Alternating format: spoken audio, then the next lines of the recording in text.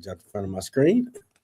Welcome to the episode Middle Ground with JLE, where we treat you like family. That's the theme song, Detroit Love, off my first album, The JLE Experience, on the music copyright. Have another great guest for you in season 15. We have musician, DJ, teacher, violinist, and full engagement experience owner and founder, Rodney Page. Welcome to the show, sir. Oh, it's a pleasure and an honor to be here. Awesome. We're going to get started with the first question. What led you to this path? Well, I mean, I'd like to say God led me to this path. I don't know that I knew that I'd be doing what I'm doing today, but I'm grateful that I am. It's definitely been a journey, and it's definitely, had its ups and downs, but I would be remiss in not saying that God was behind all of this to get me to where I am today. Okay, and my screen wasn't acting right, but now I can do the proper applause. You been on the show? What's going on with this thing? All right. What is full engagement experience? So full engagement experience really just encompasses what I do as a musician, and also what I do as a motivator, curator, and then it plays on that engagement word for weddings. So my very first performances were in the church. Ironically, as a vocalist, I would sing solos as a child in church. And my first experiences as far as performing by myself, for like a paid performance was a wedding. And so the full engagement experience means that when you're hiring me, you're hiring someone that is going to engage you the entire time that I'm performing, I'm speaking, or whatever it is that I'm doing in front of you. Okay. What's like all the services and a price range for someone that sees this like, okay, I want to hire him? Price range. That's a good question. Well, I mean, if we're being honest, anywhere probably between $100 and $15,000. And I say that if it's like consulting work or I'm like a keynote speaker for a conference, it could be 15 grand. If I'm just going to a wedding, maybe to play, or going to a school to play one song, it might be $100. So I know that's a wide range. It really depends. Most of the weddings that I do range between 3,500 and 5,500 plus hotel. School visits can be anything from free to a lot of free. Free to probably, I think the most I've made at a school is maybe 3,000. Okay. And but yeah, most things are probably your basic, just me coming to play violin is between right around, I'll say between right around $600. Okay. I went through your website, saw the videos, and wow, the kids love you when you come and engage with them. Like the energy is awesome. I appreciate that. That was a music education major when I was in college. And so the start of my career is in education as a music teacher. I taught 5th and 6th grade music in East Lansing public schools, as well as St. John's public schools. And so I definitely say my first love is in education. Not that I have anything against playing, performing for adults, because I do enjoy that. But performing for kids is definitely where my heart is for, and helping kids in any way also I can. Now, what was that moment where in getting that music education degree, I want to teach kids? When did that moment happen? Well, that moment probably happened in high school for me. Okay. We had our teacher, our orchestra teacher, when I was at Southfield High School, which is now Southfield A&T, had a kind of an emergency and had to step away from his position, and we had a new music teacher come in, and he was phenomenal. Both teachers were phenomenal, but that in between time, we basically had a sub, and I was teaching the class. because the substitute was not a musician. The sub was just there to watch us. So I was like, I could see myself really maybe doing this as a career. So I think I would say probably in my 11th, 12th grade, somewhere around, maybe even 11th grade, I was kind of when I was thinking about possibly music education as a career. Okay, that's awesome. I Yeah. always wrote songs when I was a kid, but I never thought about teaching it to nobody. That's amazing. Yeah. Okay, what got you into DJing? So DJing, I actually started DJing when I taught music in St. John's, Michigan, which is a small town just Okay, north of Lansing. So I didn't DJ when I lived in Southfield. I didn't DJ as a student at MSU. Um, but I used DJing as fundraisers for the fifth and sixth grade music department okay. in St. John. So had a dance every month. We had the back to school dance. We had the Those. Halloween dance, the harvest dance, the holiday dance, New Year's dance, Okay. uh, Valentine's dance, March Madness or St. Patrick's Day dance, Wow. spring dance, and end of the year dance. So we had a dance every month. Instead of paying someone to DJ, I DJ'd it, and we charged the kids $5, and we would have, maybe 200, 150, 100 and so kids come. So that was our budget. So that's how I got into DJing. Now, I personally, when I was younger, and I still do to a certain degree, Okay. loved to party when I was at Michigan State. Okay. I was about, hey Jerome, my boy, was be up there all the time. Yep. Throughout Michigan State, definitely. I wasn't DJing, but there were some great DJs here. The Butcher, who's from Lansing, Okay. DJ Cuts, who is still very active in Detroit. He's, in my opinion, maybe the best DJ in Michigan, and that's just me. And he was also a classmate of mine at Michigan State, King High School graduate from and I could go on. So I saw great DJing at a high level, Okay. and that's really what got me into it. And then I started. What ended up happening is those fifth and sixth graders, I would DJ their eighth grade dance, and then it was Mr. Page, can you DJ my graduation party? And Mr. Page, I'm getting married next year. Can you do my Okay. wedding? And that's how I moved into the wedding industry. So DJing definitely was not something I was planning on doing long term, but this is now my 20, I'm coming up on my 23rd year. Wow, that's amazing. And all the time hanging out there, I never thought about the music factor that DJs came from these schools here. Yeah. I know we were from the 90s, so you remember when the mixtapes come out, and that was music you play. You had a barbecue, you played spades or dominoes, and it'd be dope. Like Yep. y'all don't got that now. Yeah. They don't. It's definitely it's interesting in my 23-year career to see how things have changed over the years, because you're right. What I would do, people say, well, what did you have someone teach you or something? I say, well, I would listen to FM 98 WJLB, and Man. I would mimic what they try. I could never do what they're doing, but at least Uh-huh. try to mimic what they were doing, and create that energy that those DJs, all names, people like Gary Chandler, Yep. DJ Don Q, I DJ Steady Rock. These are still active DJs in man. Detroit. And I'm a huge fan of all of them. So those are the people, when people say who inspired me to become a DJ, or Okay. inspired me when I started DJing, I wanted my style like them. Oh man. Like I generation of the class at 90 to what 90, maybe 8. You play Chuck or Elevate Up, they were like, what? Let's get it. Today's generation, like, what are you guys listening to? Like this was turning a club or a party out when these songs started coming on. Like y'all missing out. Yep. Yes, they are. You are so right. Oh man, that is so interesting.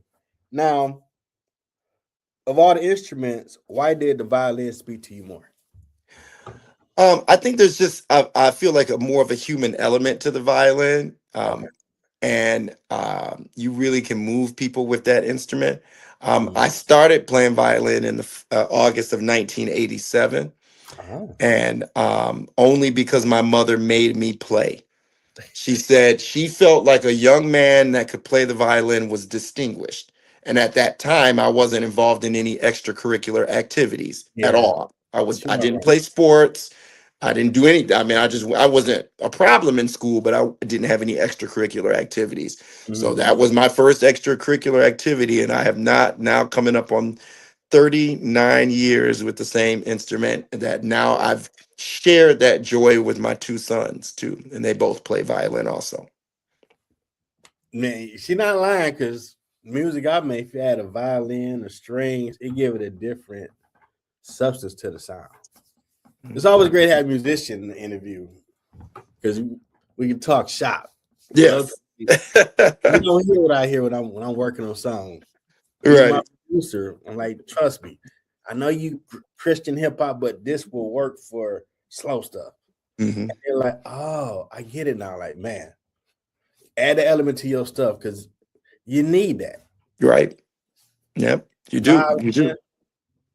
you pimping if you play a violin. I say Yeah. that. That or a saxophone, because everybody might play piano or keyboard, but if you master one of them, fellas, hey, you in school, you play that one, they're gonna know who you are in that school. Like, oh, he on that sax playing whoever song. Like, oh my goodness, good stuff right there. Hmm. Did you ever Hmm. try other instruments to play besides the So I do. violin? I also play piano, but I only took piano because all music majors after at Michigan State have to take piano. So now I don't perform on piano because that's definitely not my skill set. Is definitely not, probably I'm sure, to yours or other people who really play. But most of what I do with piano is I accompany my sons if they're playing Okay, violin, or I nice. use it as a teaching tool when I go to schools. Like I think actually the next school I'm coming to actually is down is King High School. King High School is the Nice. next school I'm coming to work with the orchestra, and they're playing a piece I wrote. Wow, you wrote a piece. That's dope. Yeah. Yeah. Now, it is true because at Wayne State now it's a music major. You know, you be in the choir class, like, man, why we seeing this old European stuff? Like, you need it. Like, no, you don't. Like, okay, this person played the sax, play a little your sax. And then he hit an augmented key, like, what the fizzle? All these sounds is in the piano. That's why we make you do piano proficiency and all that, because you can play any instrument if you know how to hear it and hear like. Okay, you got me hooked now. It makes sense. So true. Now, oh, you about to say something? Oh no, go right ahead. Now, I've seen you be a conductor as well. How has that been like doing that? I absolutely love conducting, especially children, but even adults too. It's probably what people know least about me.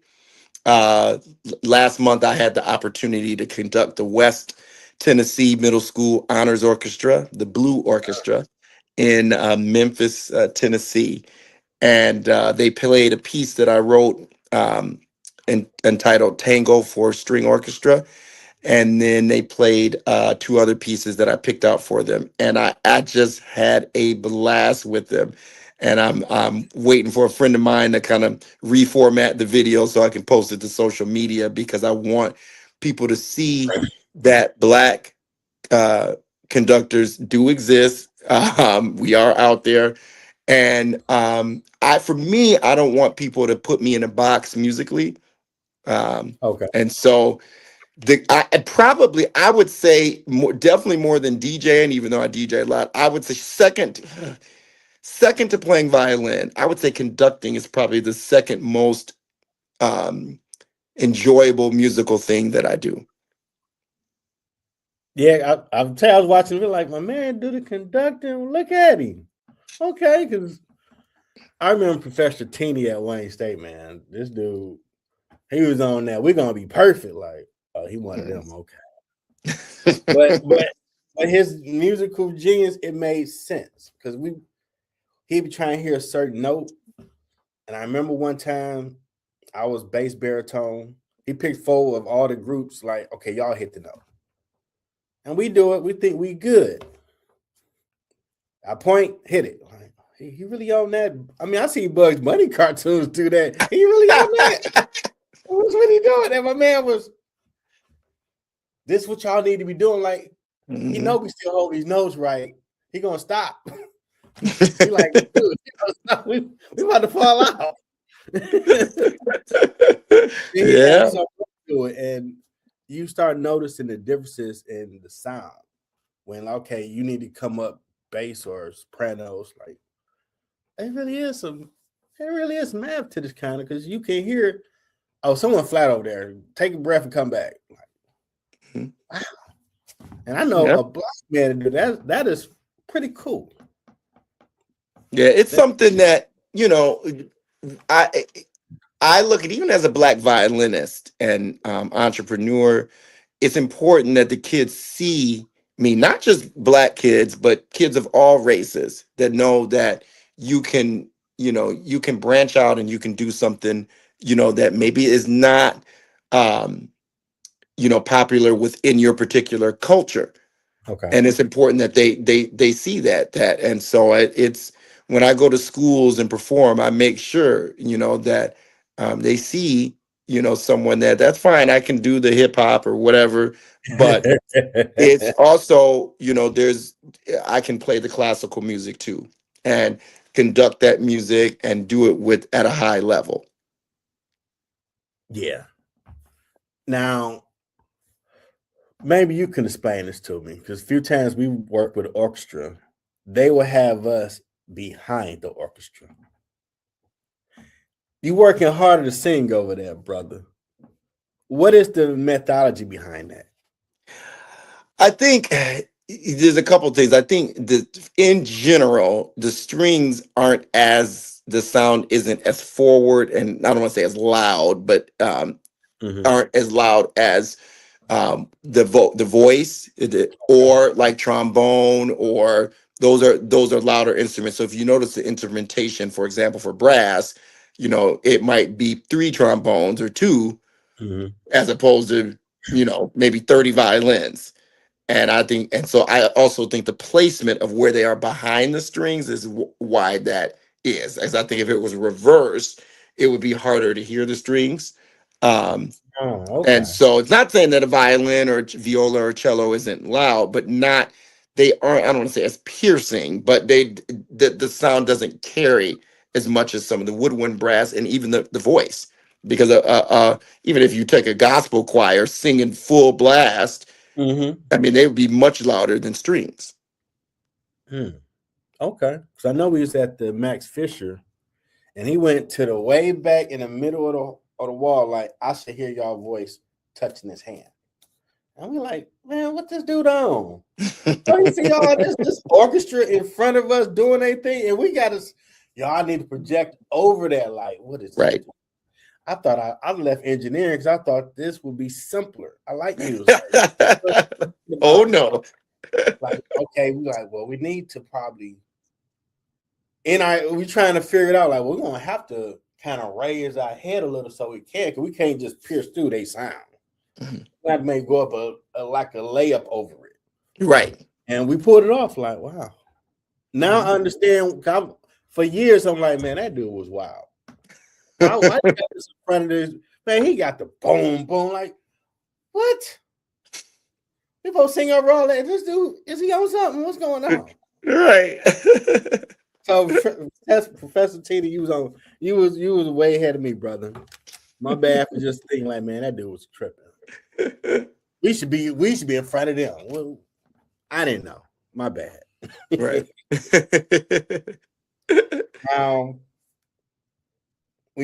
We Simone, we promote what you have coming up. Floor is yours, sir. What do I have coming up? Oh boy. Well, I've got a lot of private events coming up. I do have a wedding in West Bloomfield tomorrow. Like I said, after spring breaks, I believe it's Monday, April 6th, I'm visiting King High School. I know my wife is from El Paso. I'm visiting El Paso to play for some of the string players there who are participating in their version of solo and ensemble. So now publicly, I'm trying to think. I think my next public performance, and I still think it's like tickets, is it's the Juneteenth celebration for Stellantis. It's on the Ovation boat yacht on I can't even remember the date offhand, but I think it's either on Juneteenth. I think it's the Saturday after Juneteenth. Um, and Okay. that one is public, but there's tickets that are sold, and I think those are the only like real public things that I'm Okay. doing as far as where I'm performing. So Okay. Now, how many pieces of music have you written? I've only written 12 pieces. So Only 12. He's so modest, folks. no, that's not. That is freaking awesome, sir. Yeah, and they vary too. More of my writing has been geared towards children, so writing music that children can play in orchestra, writing music that my sons can play. Mm-hmm. Uh, and then it was funny. My son was looking at my album I released coming up. It'll be in September, 10 years ago. Yep, I have an album entitled "Inevitable." It's on all the streaming platforms, Apple Music, all of that. And I wrote it for my sons. So, when I'm long gone, that they'll have something to remember me by. Oh wow, I gotta get that, man. Yeah, definitely. Wow, that's pretty awesome. Thank you. So, what has been your biggest challenge on your journey? My biggest challenge is charging what I'm worth. Okay. That I struggle with that. I have a younger brother who is a professional saxophonist and teaches music in Taylor, Michigan, so just south of Detroit. And that is something he never struggled with when he was in high school, and telling people it's going to be $250 for me to come in high school in Oh the late 90s. He's 5 years younger than I am. He graduated from okay. Southfield in 2000, and people were looking at him crazy. Like, I'm not paying a 15-year-old $250 to come play at the such and such. And he held to it. And I was the one that was like, oh, I'll come play for free. Oh, Jeffrey, I understand, you don't have much. It'll be a good experience for me, and I can pass out business cards. So when you ask me, you know, how much I charge, I'm proud to say I have a gig where they're paying me $15,000, because that shows the growth that I went from I'll come and play for tips or for the offering or for Mm-hmm. but there's value into what I do. And I feel like I'm bringing something unique to the table. So that's what I struggle with the most. I'm happy to say that's past tense. Yeah. I don't struggle with it now. So I'm proudly, and now, I mean, and it's not me being cocky, but it's going to sound like that probably over this. Nah. But it's just saying, if someone says, would you be able to work with us on the price? Fortunately, I can't. And I have to look at it like it's their loss if they don't have me. Mm-hmm. Absolutely. If you're good at something, you pay what you're worth. If we need plumbing done, we ain't gonna call a bootleg spot. There We're we gonna go. call somebody, no matter the race, and they might say, "Oh, we coming out. That's 100, and what you say you got going on, that's gonna be 400 total." Yep. Okay, I bite the bullet. Hey, when you gonna be here?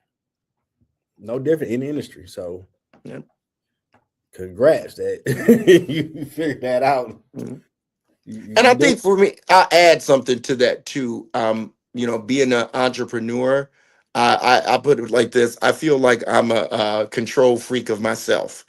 I'm not trying to control other people, but I do my own contracts. I you know uh I market myself. I do like to keep my circle tight, which meaning one person. And it's this year especially probably has been thus far my best year, not necessarily financially, but with the number of requests. So I probably, just to put it in perspective, I've probably gotten about 100 requests from January 1st to today to do something. Mm, Um, and so, and maybe accepted like three of the 100. because I'm Okay. either booked or they charge too much. They never responded to me, and that's fine. So that puts me in a position of control of myself. So I can say, you know, this is what I feel I'm worth. This is what, I feel that I do. I feel like I'm bringing something unique. So, like, for example, when I do weddings as a DJ, I DJ just like all the other people, but I said, Mhm. okay, how am I going to separate myself from not let's say make myself better, but separate myself from a Don Q who's legendary, or a Mhm. Gary Chandler? Well, you know what? I play violin. Maybe I could play electric violin when I DJ. That separated myself. Hmm. So Don Q can scratch better and then I'm gonna get on the mic and get the crowd hype. And then I'm gonna do a segment of beatboxing during my DJ Wow. set. And then I uh I use compact disc when I DJ, which is almost archaic now because most people use computers. And then the CD of the couple with the couple songs, their first dance song, the song with their dad, I give that to the bride and groom as Right. a parting gift from me. Those are things that separate.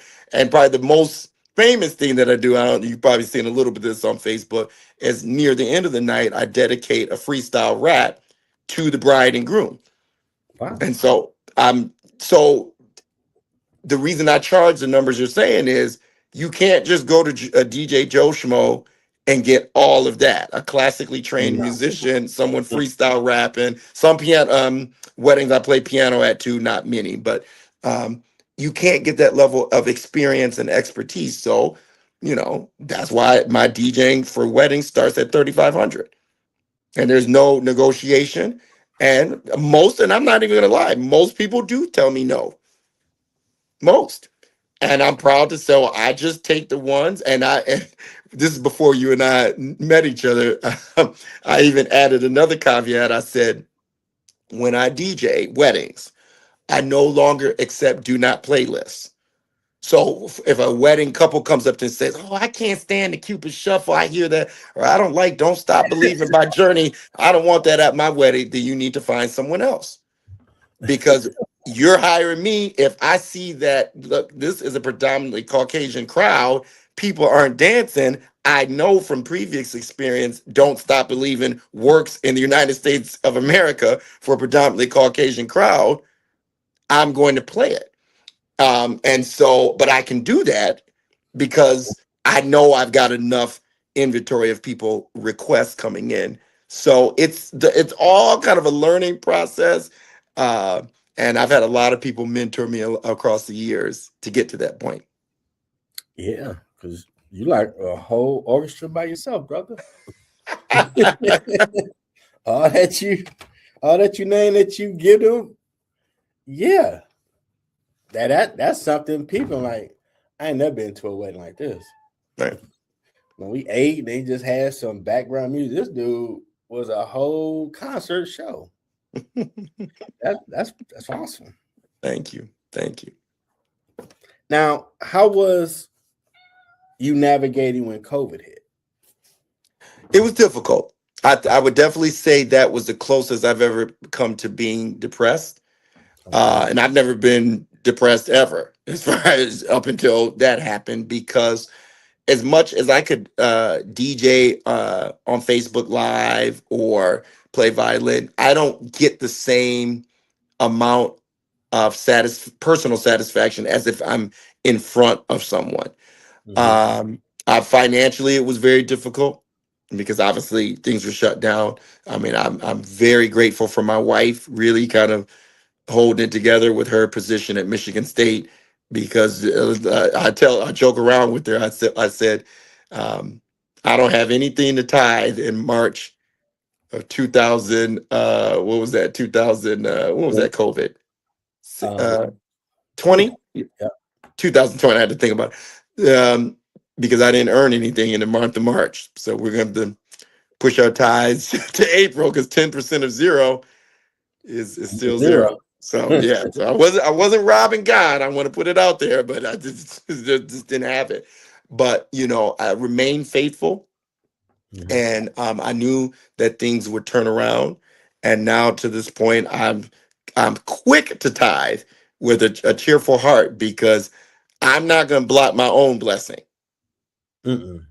So that other people might do whatever they're doing, but I already have enough as a black man in America.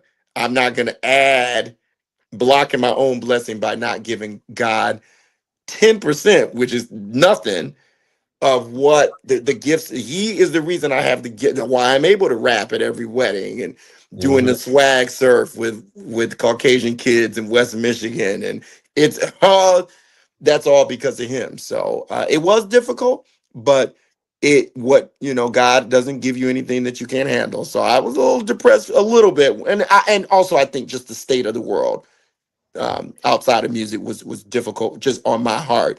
But I knew deep down, we're coming out of this, and this is the building character and building, um, getting me to a spot where I can really be in command of what I do with my life. So Yeah, I was laid off last year, so I'm back working. I'm quick put my tasks in there and do it online. Like he helped me through that whole year. If there you then go. the money come in, you playing everywhere. All right. So I ain't robbing God. Now, in your words, what has been your impact in the community? I think my impact of the community, number one, is people can see Christ through me. Number one, I think seeing a black man that is doing good, and whether it's social media or media, period, is critical. One of the reasons that I like to rap at weddings, but specifically at schools, is because um, hip hop is then, or even in our era, and even worse now, gets a bad name. So for a lot of kids, when I rap, it's the first time they're hearing a rapper that's not degrading women, that's not talking about how many drugs I took or sold, that's not talking about scamming or killing someone, yet can still be entertaining. Yeah. Um, so I do think being a role model for people. Also, with kids, a lot of times I'm the first live violinist they've ever seen ever.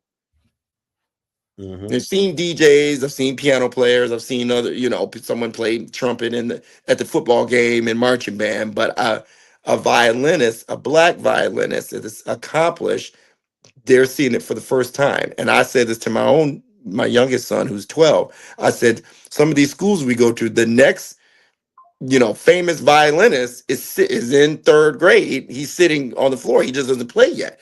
And we are the ones that are going to inspire him. Like, hey, maybe I could play violin because I saw that. When you think of Korean people and things like that, the reason they go into those fields is they see people doing it. Yeah. And I feel like I see people who are, in our community playing basketball and football, rapping. There's nothing wrong with any of that. But that's why you see the kids going into those fields, because they feel that, that's why I can at least see myself playing basketball, because my brother played basketball. My dad played high school basketball. My cousin played for Wayne State. So and so played at Kansas. So maybe that's something I can do. And again, there's nothing wrong with that, but I want them to see, if you're like me, who's a fan of sports and not one to actually do. You're not gonna see me at the point guard position anywhere. Here's another option. Yeah, I don't know why my work phone did that. Oh, it's all good. That's because you're a busy man and in demand. But you're right, because you can do these other cool things besides sports, rapping, and basketball. Because we do so much. I've interviewed a young lady that is a physicist, I believe, got her PhD. I'm like, this is pretty cool. The young black lady that's going for this. Because when we came up, we were taught about Black history. Look at all these people did all these amazing things.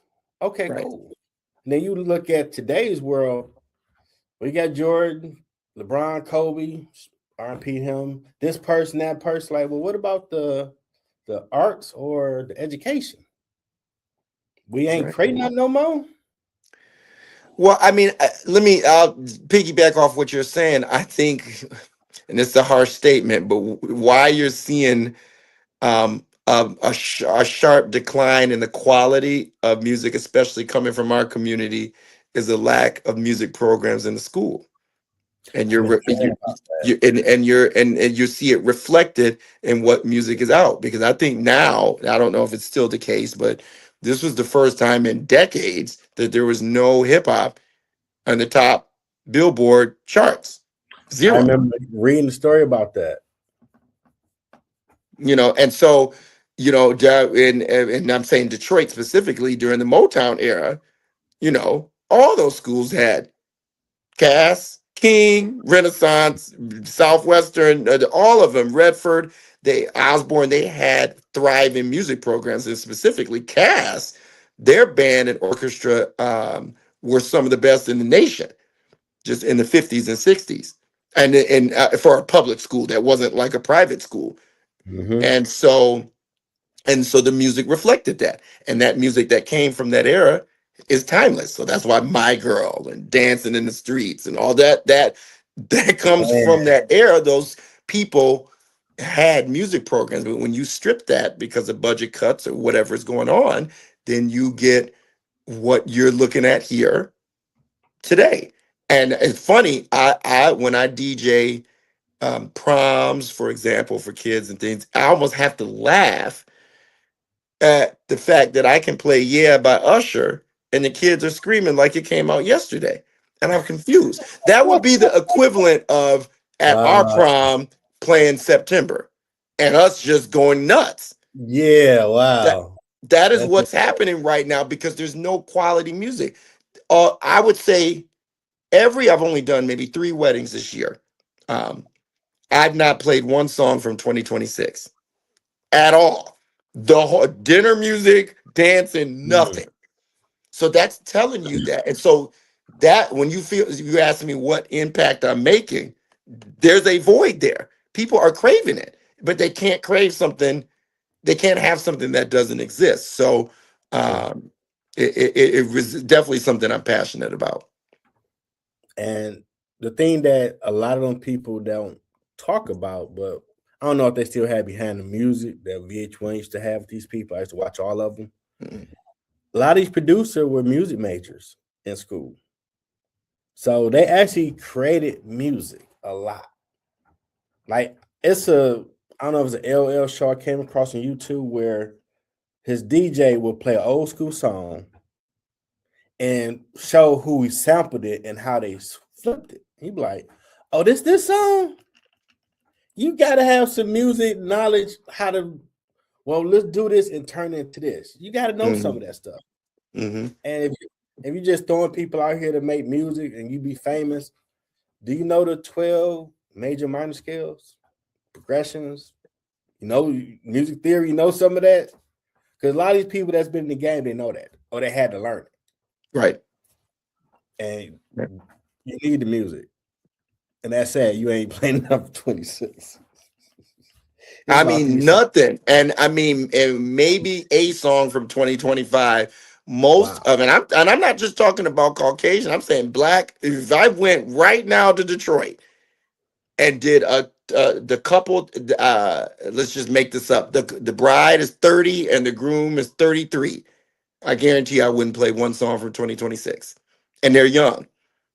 So Wow. that's telling you they'd be asking for swag surf or blow the whistle. That's from our era. So Yeah. that's not, and you're 30 asking for blow the whistle or nuck if you buck Oh, or and the white people, wow. Caucasian people are no different. The Latino population, and I don't even do a lot of weddings. I don't get a lot of requests for that. They're all the same. So there's a void there for quality music. And so I think that's why you hear my passion for the schools. That starts with the fourth grader. You look at someone, and I know you're in Detroit, um, someone like Jay Dilla.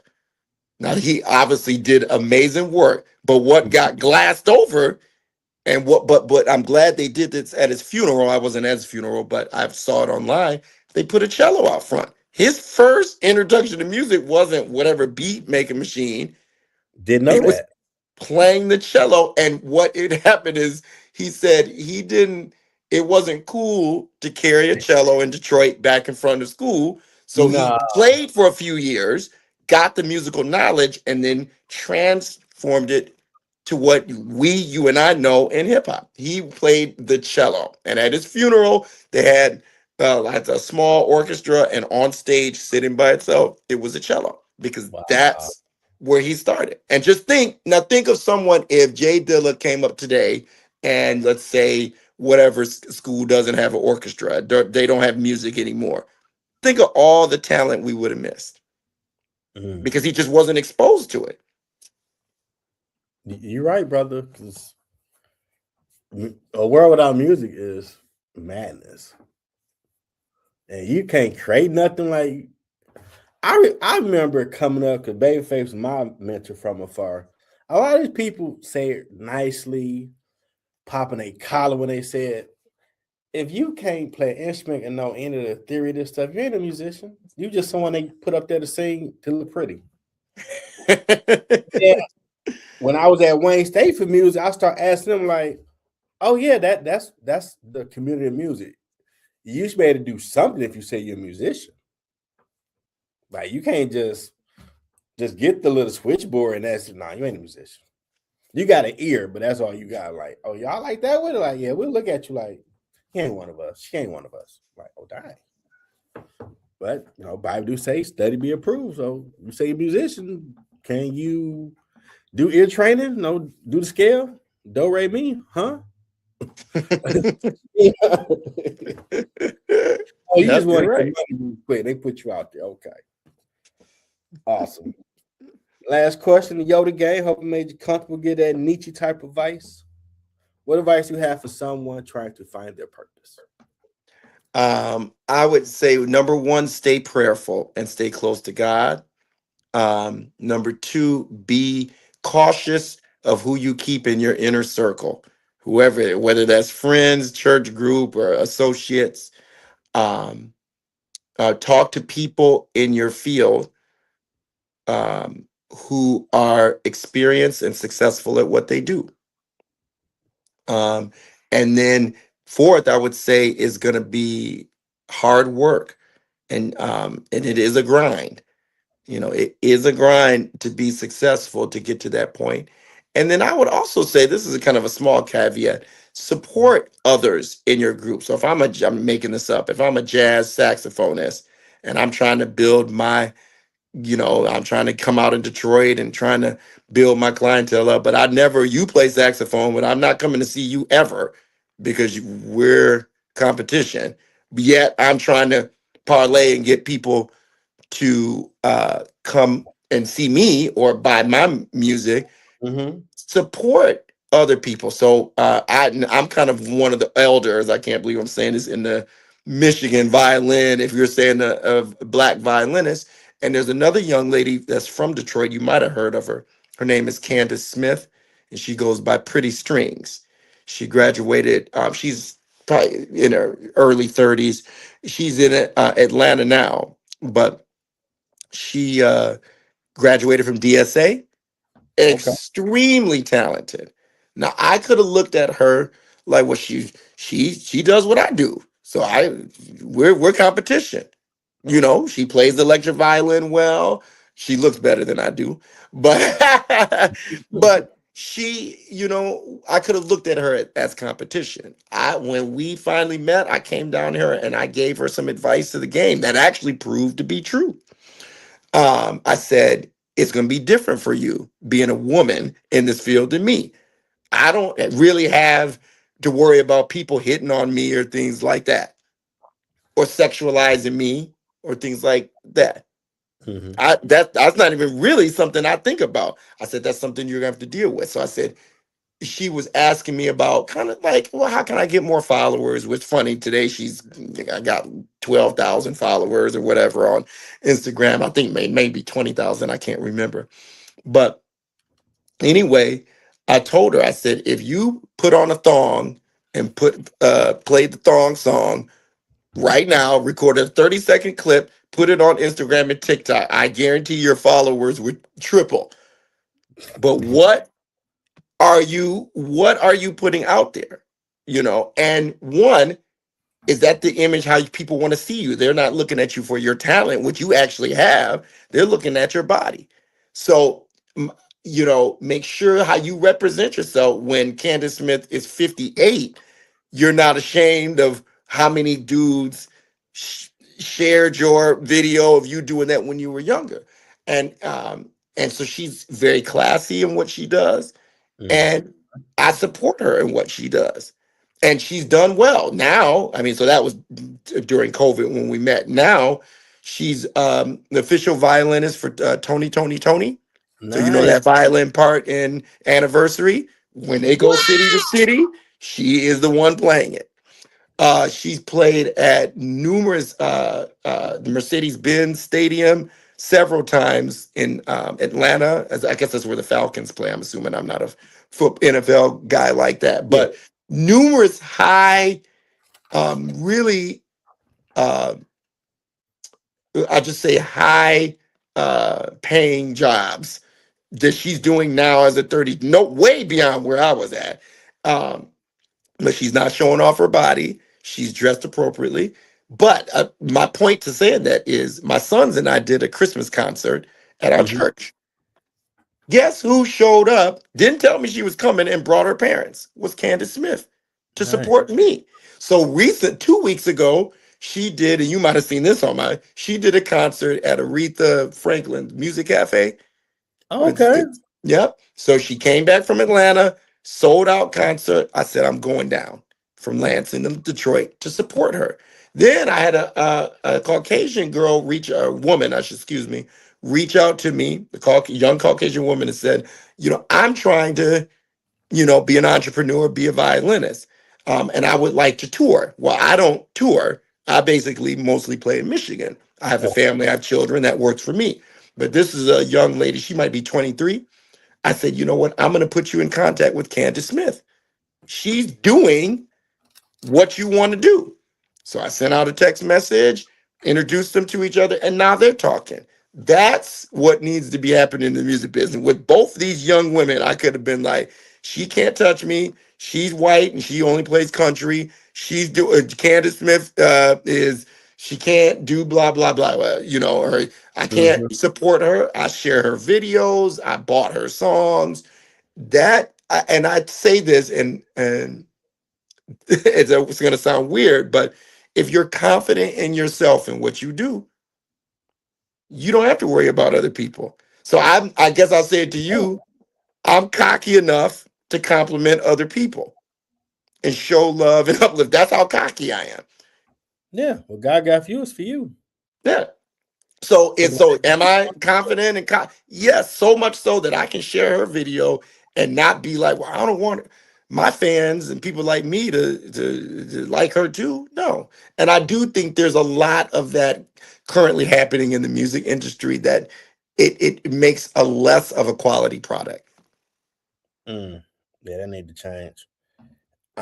If you feel so helpful, I would love to interview her as well. I will let me check with her, see, but I'll send out text message, but I'm sure she would do it. And she can tell you her story of how she's come. I mean, she's all over and now international. She went somewhere internationally. She's probably short. I'll put it this way: short of Regina Carter, I Mm. would say from like I said, from Detroit, who's made it as a violinist, as a black female violinist. Candace Smith is said she's like the young Regina Carter. She plays all over the place. Is Regina Carter one that was in that rap song doing the violin years No, ago? that's Mary Ben-Ari. Okay. That you're talking about. Oh gosh. I don't know if she mixed or something, but I know Yeah. I've seen Oh, on Instagram she's been doing let people she's know I been. was that female. Like, oh, that's so Yeah. good. I remember her years ago. Yeah. She did the Kanye West. I can't even think of the song now. I Yeah, can't I even can't. think of it now. But but overnight celebrity. That's it. Yeah. Yeah, overnight celebrity. Um, but no, Regina Carter was more jazz, so she's probably in her 60s Okay. now. But Cass Tech graduate. I mean, just played, and she's internet. I mean, in the jazz violin world, she is a legend from Detroit, from Cass Tech. Wow. But I would say second to her, Candace Smith is. I mean, there's nothing for her. 2,500 to play here, 3,500 to play here. When I'm charging 3,500, I'm rapping, DJing, setting up my own down the MC for the night. You know what I'm saying? When she goes to play, she sends it. You know what? Yeah, because you're me. She sends out a writer. So that should tell you she's at writer status. Like, not Beyonce. Like, I need green M&Ms. She's not there, but like, just. But I got you. I'm saying that jokingly, but I'm serious. Like, she is that level, and Awesome. I couldn't be, as a black man, I couldn't be happier for her. I'm like, go. He also does motivational speaking. Awesome. But I will say this: she's got that Detroit grind mentality. She is about her business, and so it's just. I would say for people asking for advice, you do need to support others I'm not saying to support someone that's not doing well or not honest or saying, but if there's someone that you're trying to support them, come to there. So I went down to, this is my second time seeing her play live, and she shut it down, changed outfits during the intermission, and just, she Nice. put on a show. And then she played a couple of songs I like. She played Anytime by Janet Jackson on the violin with a Wow. live band. Oh, it was so Wow, good. that's And then bananas. and then she Wow, played. I can hear that now. That's It was so good. crazy. Oh, it was so Sounds good. crazy. And she played Nobody's Supposed to Be Here by Deborah Cox, which is another. That's those. Yeah. That's from our era. So Yeah. But I remember anyway. that song well. Oh Mhm. wow, man! I appreciate. I hope I met my tagline where I made you feel like family. It was comfortable to share your story. Definitely, I felt like family. Awesome. You always welcome. Come back. You have anything going on? Want to talk about? There's been a treat. I'm a like making these reels. Like I talked about some music for the hour. This is awesome. Well,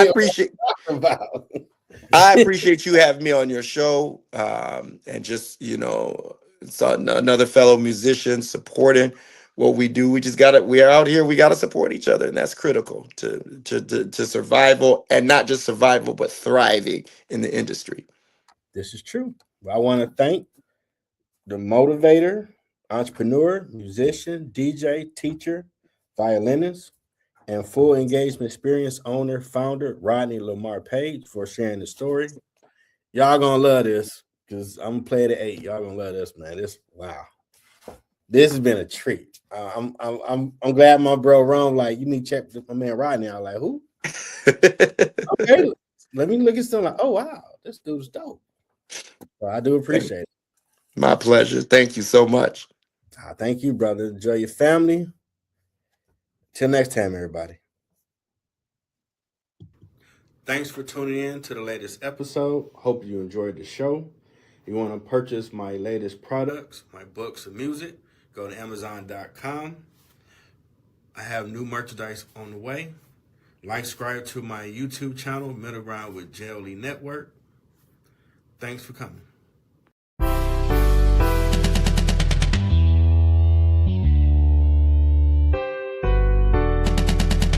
Detroit, welcome to the D, baby.